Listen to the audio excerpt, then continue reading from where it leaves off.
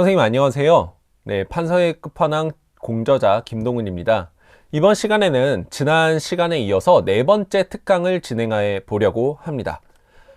이번 특강에서는 선생님들께서 직접적으로 스터디에 활용하실 수 있는 방법에 대해서 간단하게 두 가지로 소개해 드리려고 하는데요. 네, 첫 번째로는 2인 인출 스터디 활용법입니다. 아니, 무슨 1차 시험 스터디도 아니고 두 명이서 인출 스터디를 하냐? 이게 뭐 내용 요소 점검하는 스터디냐?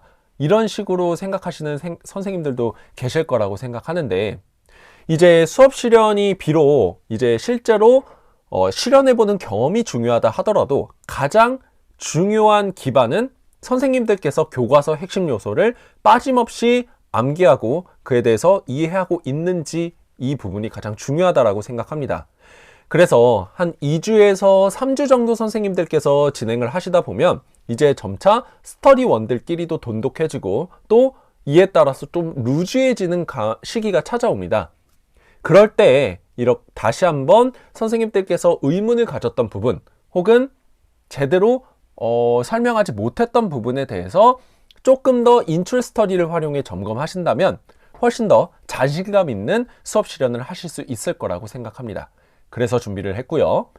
두 번째는 이제 루즈해지는 감에 따라서 새로운 경험의 기회를 찾기 위해서 선생님들께서 연합 스터디를 활용하시는 시기가 찾아오게 됩니다. 바로 이 2주차에서 3주차 시기가 연합 스터디가 가장 활발하게 이루어지는 시기인데요. 이 연합 스터디를 활용하실 때도 이 판서의 끝판왕이 어떻게 활용될 수 있는지 그 내용에 대해서 설명해 드리도록 하겠습니다. 이 대체적인 내용은요, 일반적으로 스터디가 4명으로 구성이 되기 때문에 가장 보편적인 4인 스터디 활용법을 기준으로 했습니다.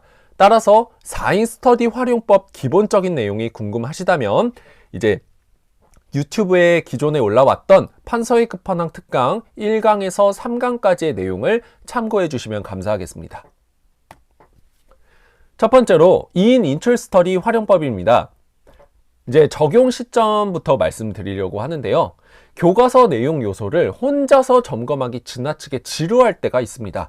이제 아무래도 수업 실현 하시면서 이제 복습하시는 시간도 필요하실 거고, 그 내용을 저는 이제 1강과 2강에서 수요일로 정해서 한 번쯤 복습하셔라 라고 말씀을 드렸었습니다.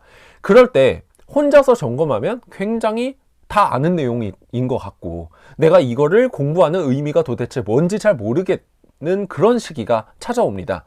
그럴 때 이 2인 인출 스터디를 활용하신다면 훨씬 더 효과적으로 교과서 핵심 요소들을 선생님들 머릿속에 각인시킬 수 있는 기회가 될 수 있을 거라고 생각합니다. 두 번째로 수업 실현에 가장 직접적으로 작용하는 교과서 핵심 요소에 대한 이해도를 높일 수가 있습니다. 아무래도 선생님들께서 설명은 굉장히 잘 하시는데 교과서 핵심 요소가 제대로 드러나지 않는 수업을 하실 때도 있을 거라고 생각합니다. 그럴 때 수업을 잘한다 하더라도 제가 말씀드렸다시피 교과서 핵심 요소가 선생님 입으로 혹은 판서로 드러나지 않는다면 채점 요소에서 제외될 확률이 높습니다. 따라서 이 수업 실현에 가장 직접적으로 작용하는 교과서 핵심 요소를 선생님들 입으로 직접 인출을 해보고 문제를 내면서 각인을 시킨다면 훨씬 더 효과적인 수업 실현을 펼쳐내실 수 있겠죠. 세 번째로 인출을 하면서 수업 전개 방식이나 수업 내용에 대해서 창의적인 아이디어를 얻을 수가 있습니다. 물론 제가 첫 번째, 두 번째, 세 번째 강의에서도 말씀드렸다시피 지금 판서의 끝판왕에 반영해 놓은 여러 학습 활동들, 학생 중심 활동들은요, 현직 이제 교단에서도 다양하게 활용하고 있는, 실제로 활용하고 있는 수업 방식이기도 합니다. 하지만 선생님들께서 지금 교수학습 활동 사례집이나 여러 가지 활동 사례집을 보면 이 외에도 굉장히 다양한 수업 방식들이 나타나 있습니다. 그런 수업 방식들을 이제 실제 수업하시면서 이 판서의 끝판왕에 나타나 있지 않은 내용이지만 이 내용도 출제될 수 있겠다라고 이제 유레카를 외치시는 순간들이 찾아오실 건데요. 그 순간들을 이 인출 스터디 하시면서 이제 상대의 선생님과 함께 이야기를 나눠 보신다면 훨씬 더 이제 정리해 나가시는데 도움이 많이 되겠죠. 그래서 그 아이디어들은 그냥 말로 끝내지 마시고요. 이 판서의 끝판왕 책에다가 꼭꼭꼭 적어 두시기를 바랍니다. 그것이 선생님들 수업 실현하실 때 선생님들의 자산이 되실 겁니다. 자, 그렇다면 다음으로 이 판서의 끝판왕 2인 인출 스터디가 왜 필요한지에 대해서 말씀드릴게요. 첫 번째로 스터디 4명 중 이제 스터디원 4명 중에 2명이 결석했을 때가 있습니다. 이제 2주 차에서 3주 차로 넘어가시게 되면 점점 번갈아 가면서 스터디원 분들이 빠지는 경우가 발생합니다. 이거는 단순히 선생님들의 탓이 아니라 1차 시험 내내 정말 힘들게 달려오시고 쉬시지 못하고 바로 2차 스터디를 돌입하셨기 때문에 당연히 몸은 탈이 날 수밖에 없습니다. 그래서 그 몸이 안 좋은 선생님들께서 이제 결석을 하셨을 때 그럼에도 불구하고 스터디를 이어가야 하기 때문에 그럴 때 이제 2명이 남았을 때 2인 인출 스터디를 활용하신다면 시간을 허송세월로 보내지 않고 효율적으로 쓰실 수 있는 기회가 될 수 있겠죠.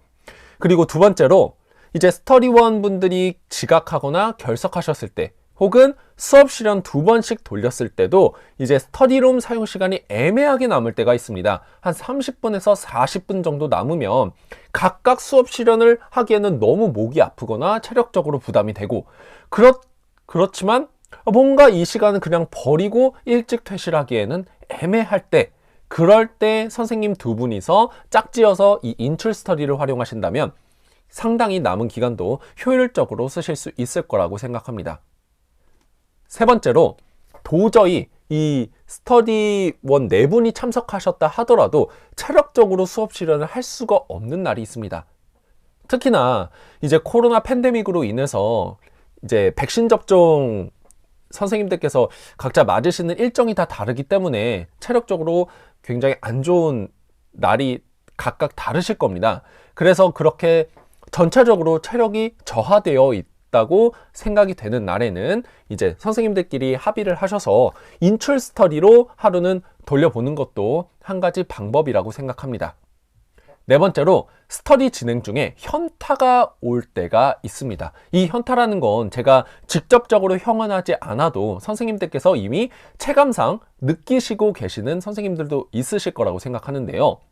이제 선생님들께서 수업은 굉장히 열심히 이제 열정적으로 하지만 뭔가 내 수업에 교과서 핵심 요소가 제대로 드러나지 않거나 내가 이거 분명히 알고 있는 내용인데 이 교과서 핵심 요소 내가 내 말로 풀어내기가 너무 어렵다 하시는 분들이 계실 거라고 생각해요. 이러한 현상이 빚어진 이유는 교과서 내용 지식에 대한 빠삭한 이해도가 부족하기 때문입니다. 따라서 선생님들께서 이럴 때는 다시 한번 교과서 핵심 요소를 짚고 넘어가시는 게 중요하다고 생각해요. 그래서 판서의 끝판왕에 나타나 있는 교과서 핵심 요소만큼이라도 선생님들께서 인출 스터디를 통해서 점검하신다면 굉장히 좋은 방법이라는 생각이 듭니다. 그리고 다섯 번째도 역시 마찬가지로 이제 스터디 내부에서 저희 수업은 열심히 하는데 저희 제대로 하고 있는 거 맞을까요? 라는 전체적인 의견이 공유될 때가 있습니다. 그럴 때 활용하시면 굉장히 효과적인 방법이 될 수 있습니다. 4인 스터디니까 2인, 2인 이렇게 찢어서 나눠서 스터디를 하시면 좋겠죠. 자, 그럼 실제적으로 적용법을 제가 3가지를 말씀드리려고 하는데요. 난이도에 따라서 하, 중, 상 이렇게 구분을 해봤습니다. 가장 쉬운 방법입니다. 첫 번째로 일단 범위를 정해서 범위 내의 단원을 공부를 하시고요. 이제 스터디에 한 선생님께서 판서의 끝판왕에 나타난 특정 단원명을 말씀해 주시면 됩니다. 예를 들어 냉전 체제의 변화와 동아시아라는 단원명을 말씀해 주시면 됩니다. 혹은 나머지 부분 가리고 단원명을 보여주셔도 괜찮습니다. 자, 그러면 상대방 선생님께서는 이 단원명을 듣고 이제 보거나 듣고 해당 단원에서 가장 중요한 교과서 핵심 요소가 무엇인지 한 가지를 말씀하시면 됩니다. 예를 들어 냉전 체제의 변화와 동아시아라는 내용의 핵심 요소 중에는 닉슨 독트린이라는 교과서 핵심 요소가 있는데요. 이 닉슨 독트린에 대해서 3분 동안 닉슨 독트린의 배경 그리고 내용, 이로 인한 결과에 대해서 말씀을 해주시면 됩니다. 단 이때 이 말씀하시는 선생님 건너편에 앉아있는 이제 선생님께서는 3분이라는 시간을 꼭 재주시기 바랍니다. 왜냐면 이제 수업 실현이라는 것은 결국 시험의 일종으로서 선생님들께서 제한된 시간 안에 이 수업 내용을 풀어가셔야 하기 때문에 시간 체크가 굉장히 중요합니다. 그리고 이 시간 체크를 통해서 본인이 얼마나 이 내용을 성실하게 답변했는지, 또 시간 안에 얼마나 충실하게 이 내용을 답변했는지가 굉장히 중요한 평가 요소가 됩니다. 따라서 3분을 꼭 체크를 해주시고요. 설명하시는 선생님께서 언급한 내용이 실제 판서의 끝판왕에 담겨져 있는 핵심 요소가 맞는지도 함께 확인해 주시면 되겠습니다. 근데 이때 이제 처음 하시다 보면 이제 내용이 상당히 조금 혼동이 오거나 혹은 제대로 설명하지 못하시는 경우가 있습니다. 이때 시간이 3분이 경과되거나 부족할 경우에는 얼마나 시간이 부족했는지 혹은 지났는지 피드백해 주시고, 그 외에 교과서 핵심 요소가 무엇이 있는지 언급을 해주시면서 서로 이 내용에 대해서 공유를 하시면 되겠습니다. 6번째로는 설명하는 사람이 이제 강의를 들으면서 해당 교과서 핵심 요소에 대해서 친숙한 사례가 무엇인지를 생각해 보시면 되겠죠. 이제 이 6번째를 제가 굉장히 강조드리고 싶은데요. 실제 수업 실현장에 들어가셔서 선생님들께서 교과서 핵심 요소를 제대로 언급을 다 하셨다라는 전제하에 그 다음에 평가위원 분들의 이목을 끌 수 있는 가장 중요한 핵심 무기는 바로 사례입니다. 이 사례라는 것은 선생님들이 아시는 사례가 아니라, 선생님들 위주의 사례가 아니라 학생들이 실제로 겪을 수 있는 상황이나 사례를 말할 수 있겠죠. 예를 들어 학생회 활동이라든지 아니면 교복이라든지 이런 식으로 학생들 입장에서 생각할 수 있는 사례를 언급을 하신다면 평가위원분들께서 실제로 이제 막 점수를 채점하시다가 갑자기 고개를 들어서 선생님들을 바라보시는 장면이 연출이 될 겁니다. 실제 저도 이 사례를 제시했을 때 평가위원분들이 고개를 들고 저를 보시면서 굉장히 미소를 지으시더라고요. 그때부터 자신감이 풀충전돼서 저도 재밌게 수업을 풀어갔던 기억이 납니다. 꼭 사례 생각해 두시기를 바랍니다. 그 다음에는 이제 역할을 바꿔서 진행을 하시면 되겠죠. 네, 다음으로 난이도 중에 해당하는 활용법입니다. 이제 하에 해당하는 활용법을 기반으로 제가 작성을 한 건데, 마찬가지로 범위를 정해서 해당 범위 내에 단원을 맡아서 공부하시면 됩니다. 역시 마찬가지로 이제 첫 번째, 두 번째 이제 내용은 똑같습니다. 특정 단원, 냉전 체제의 변화와 동아시아라는 단원의 내용들을 이제 단원의 내용을 말씀해 주시거나 보여주시면 되고요. 또 이 단원에 해당하는 교과서 핵심 요소, 예를 들어 닉슨 독트린, 평화 공존 정책, 미중 공동성명, 중일 공동성명, 이런 내용들을 말씀을 해주시고요. 혹은 보여주셔도 괜찮습니다. 그래서 이 핵심 요소를 듣거나 본 건너편에 앉아 계시는 선생님께서는 이 교과서 핵심 요소를 반영해서 실제 판서는 하지 않지만 수업 실현을 하듯이 5분 동안 해당 요소를 활용해서 말씀을 해주시면 됩니다. 그런데 이 5분을 말하실 때 반드시 말미의 성취 기준과 관련된 내용을 언급하면서 마무리하셔야 됩니다. 예를 들어 이제 닉슨 독트린과 평화공존 정책, 미중 공동성명 등의 이 교과서 핵심 요소를 다 말씀을 하셨다면 성취 기준이었던 제2차 세계대전의 전후 처리 과정에 대해서 한 번 더 묶어 주시고요. 동아시아의 냉전 심화 해체 과정과 그 영향에 해당하는 내용을 언급을 해주시면 됩니다. 이런 식이죠. 자, 지금까지 우리가 동아시아의 냉전의 심화 해체 과정을 함께 알아봤습니다. 이러한 내용들은 단순히 과거에 그대로 남아있는 사실이 아니라 오늘날까지 우리에게 미치는 사건이라는 점을 우리가 함께 배웠는데요. 우리가 그 영향에 대해서도 함께 생각해 볼 수 있는 시간이 됐으면 좋겠습니다. 라고 선생님들께서 설명을 해주신다면 성취 기준에 해당하는 내용으로 교과서 핵심 요소를 꽉 묶어주시는 하나의 방법이 될 수 있다라고 이제 할 수 있겠죠. 그 다음에 이제 한 선생님께서 설명하시는 동안 이제 다른 선생님께서는 반드시 시간 5분을 체크를 하시고요. 설명하시는 선생님께서 교과서 핵심 요소와 성취 기준을 언급하는지 판서의 끝판왕 핵심 요소 부분을 보면서 확인해 주시면 됩니다. 마찬가지로 하에서 언급했었던 내용과 마찬가지로 누락된 교과서 핵심 요소가 무엇인지 혹은 그 외의 교과서 핵심 요소가 무엇이었는지 언급을 해주시면 됩니다. 그리고 또 설명하는 이제 선생님의 강의를 들으면서 교과서 핵심 요소에 대한 친숙한 사례가 무엇이 있을까? 추가적으로 할 수 있는 학생 활동은 무엇이 있을까? 함께 생각하시면서 피드백해 주시면 됩니다. 그러면 서로가 놓쳤던 부분에 대해서 완벽하게 보완이 가능합니다. 그리고 역할을 바꿔서 진행하시면 되겠습니다. 마지막으로는 조금 까다로운 난이도 상에 해당하는 부분인데요. 이 난이도 상에 해당하는 시기는요, 3주차가 지나서 선생님들께서 거의 이제 수업 시간이 몸에 익었을 때 활용하시면 굉장히 효과적인 방법입니다. 첫 번째, 두 번째는 똑같습니다. 네, 한 선생님께서 특정 단원명과 대신 교과서 핵심 요소 대신 성취 기준을 언급을 해주시면 됩니다. 네, 그리고 보여주셔도 괜찮고요. 그럼 다른 선생님께서는 이 단원명과 성취 기준을 이제 보거나 들으시고요. 해당 단원에 대한 교과서 핵심 요소를 반영해서 5분 동안 단원의 내용을 설명하시면 됩니다. 단 이때 이 난이도 중과 차이점은요. 이 상에서는 교과서 핵심 요소를 설명하시는 선생님께서 보시지 않고 기억을 통해서 이제 인출을 하셔야 된다는 어려움이 있습니다. 하지만 그런 어려움을 겪으신 만큼 훨씬 더 기억에는 오래 남으시겠죠.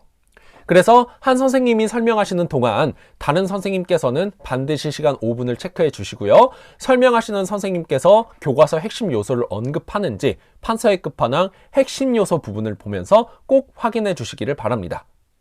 마찬가지로 이제 혹시나 누락된 교과서 핵심 요소가 무엇이 있는지 언급을 해주시면 되는데요. 특히나 난이도 중에서 우리가 알아봤던 내용과 다르게 상에서는 교과서 핵심 요소를 보여드리지 않고 설명을 하시기 때문에 누락된 교과서 핵심 요소를 빠짐없이 체크해서 선생님께 피드백해 주시면 되겠습니다. 그리고 이때 중요한 점이 판서의 끝판왕에는 없지만 이제 두 선생님께서 생각하시기에 교과서 핵심 내용의 연결고리라고 생각되는 부분이 분명히 있을 거라고 생각합니다. 예를 들면 이제 고대사 같은 경우에 한국사 고대사 같은 경우에 이제 동아시아 국제 질서가 변화하는 과정에서 이제 고구려가 이제 표방했었던 천하관이라든지 혹은 이제 고려 시대 때 고려가 표방했던 천하관이라든지 이런 핵심적인 연결고리가 반드시 등장해야 되기 때문에 이 연결고리들이 판서의 끝판왕에 제대로 들어가 있지 않다면 그 내용을 선생님들께서 생각하신 부분을 추가해서 넣어주시면 좋겠습니다. 이 부분은 본인의 입으로 나와야 되기 때문에 선생님들께서 기억하시기 쉬운 편한 방법으로 적어주시면 됩니다. 그리고 설명하시는 선생님의 강의를 들으시면서 학생 입장에서 생길 만한 궁금증이 무엇인지 예상 질문을 한 가지 정도 짚어주시면 좋을 것 같습니다. 그리고 또 제가 계속해서 강조드리는 이 친숙한 사례를 제시해야 한다는 점, 이 부분을 꼭 좀 선생님들께서 중점을 둬서 봐주시기를 부탁드립니다. 실제로 선생님들께서 수업 실현장에서 들어가셨을 때 지도안을 작성하시는 선생님들께서는 더욱더 심혈을 기울이셔야 될 부분이기도 하고요. 지도안이 없는 교육청에 응시하신 선생님들도 마찬가지로 이제 수업 실현 조건에 예상 질문을 포함하라 라는 내용이 들어갈 수도 있고요. 사례를 제시해라. 작년처럼 프랑스 혁명에 관한 사례를 제시해라 라는 부분이 출제될 수도 있습니다.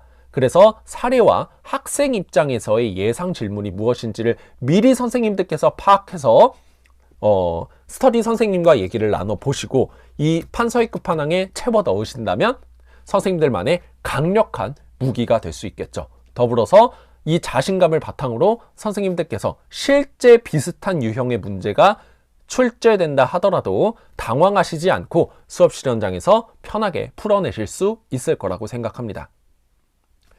마찬가지로 마지막은 서로 역할을 바꾸어서 진행해 주시면 되겠습니다.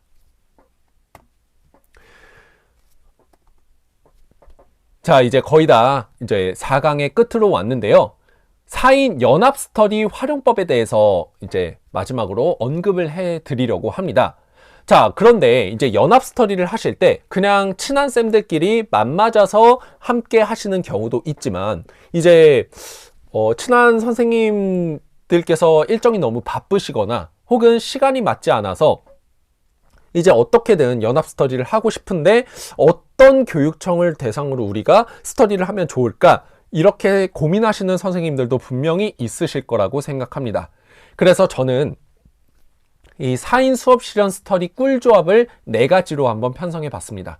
이 본 내용은 제가 실제로 경험했었던 스터디 꿀조합이기도 하고요. 이렇게 하셨을 때 가장 높은 효율을 보였다는 점을 말씀드립니다.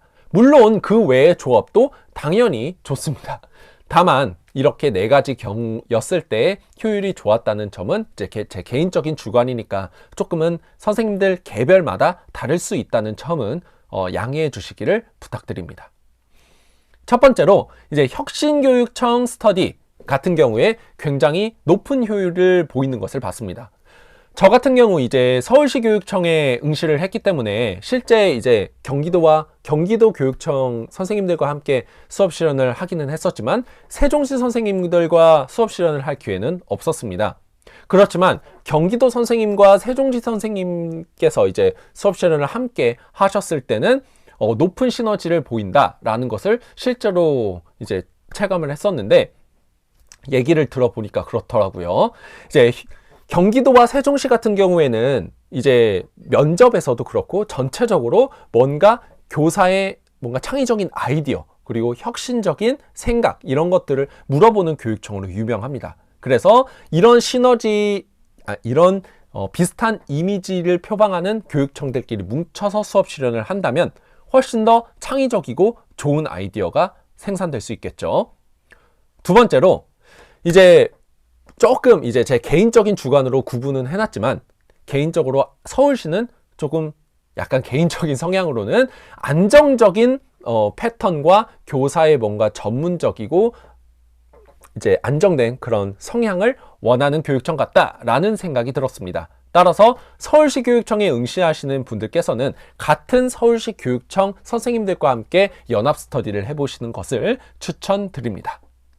그리고 세 번째로는 지도안이 있는 스터디 선생님들께서는 지도안이 있는 선생님들끼리 한번 뭉쳐서 지도안도 함께 작성을 해보고 그 다음에 수업 실현도 함께 해보는 전체적인 패턴을 똑같이 이어가시면 좋을 것 같습니다.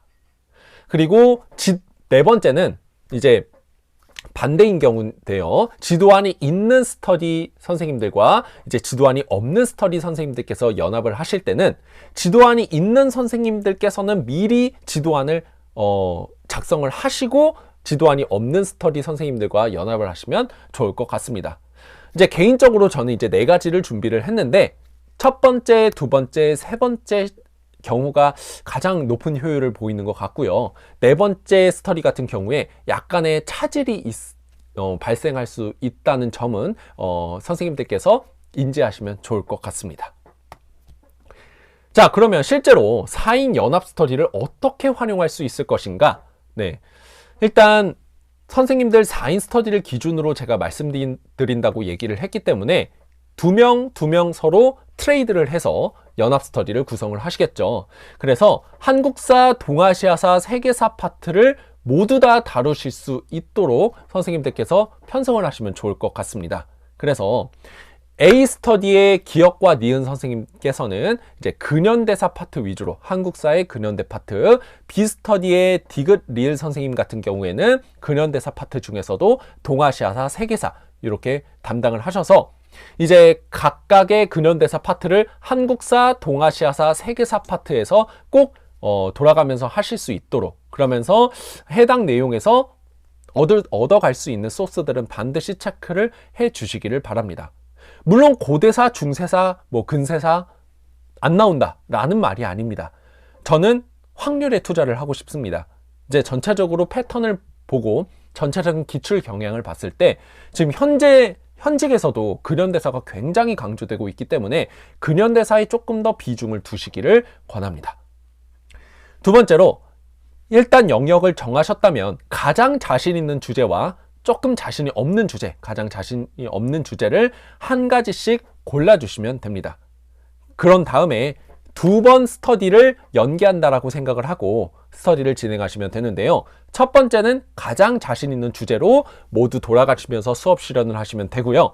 두 번째는 본인이 골랐던 가장 자신 없는 주제로 수업 실현을 계획하시면 됩니다.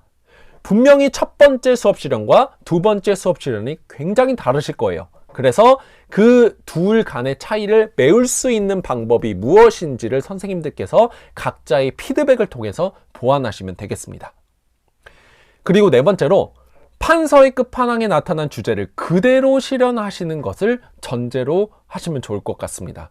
물론 이제 시중에 나와 있는 이제 수업 실현 문제를 실제 판매하고 있는 서적도 있고, 이제 김쌤께서 저술하신 선생님을 위한 수업 실현에도 예시 문제가 들어가 있기는 하지만, 이제 공통된 문제를 여러 사람이 다른 시선으로 실현해 보는 것이 굉장히 의미가 있다고 생각하기 때문에 판서의 끝판왕에 나타난 주제를 그대로 선생님들께서 실현을 하신다면 별도의 판서 점검표 없이도 해당 내용을 빠진 교과서 핵심 요소 그리고 부족한 점들을 선생님들께서 직접 캐치해내실 수 있을 거라고 생각합니다. 그래서 이때는 판서의 끝판왕을 토대로 해서 교과서 핵심 요소가 누락되지는 않았는지, 수업의 연계성이 잘 드러났는지를 중심으로 체크해 주시면 되겠습니다. 그리고 수업 실현을 관찰하는 위원 선생님들께서는 판서의 끝판왕에 나타난 필기 요소 외에 이 선생님만의 강점은 이거다 라고 생각을 하시는 부분이 분명히 있을 거예요. 그 강점들을 반드시 수업 실현 피드백 때 얘기해 주시기를 부탁드립니다. 이 2주차에서 3주차로 넘어가는 시기는요, 선생님들 나름의 이제 수업 패턴이 생기는 시기입니다. 따라서 이 시기가 지나서 실제 1차 시험 발표가 나고 합격을 하신 선생님들께서는 대부분 12월에 학습했던 본인의 패턴을 가지고 이제 본인의 무기를 만들어가는 시기입니다. 그래서 이때는 뭔가 보완점을 얘기해 주시는 것도 굉장히 중요한 부분이겠지만, 이 강점 많은 선생님께서 꼭 무기로 갖고 가세요 라고 하는 부분을 꼭 짚어주셨으면 좋겠습니다. 실제 수업 실현을 할 때도 저도 이제 느꼈는데, 이제 평가위원 분들께서 어차피 똑같은 주제로 여러 선생님들께서 수업 실현을 하시기 때문에 그 선생님이 못한 부분에 대해서는 크게 뭔가 집중을 하시는 것 같지는 않습니다. 다만 이 선생님은 이거만큼은 진짜 특징적이다 라고 하시는 부분은 기억을 하시는 것 같아요. 그래서 이 보완점 피드백 하시는 것도 좋지만 어떤 강점이 이 선생님의 무기가 될 수 있는지를 골라주시는 것도 굉장히 중요한 작업이라는 것을 말씀드리고 싶습니다. 자, 지금까지 실제 스터디에서 활용하실 수 있는 판서의 끝판왕 활용법에 대해서 말씀드렸고요. 이제 마지막 5번째 파트에서는 제가 겪었던 내용을 바탕으로 해서 2차 수업 실현 스터디 혹은 플러스 면접에 관련된 부분에 대해서 전반적으로 설명드리도록 하겠습니다.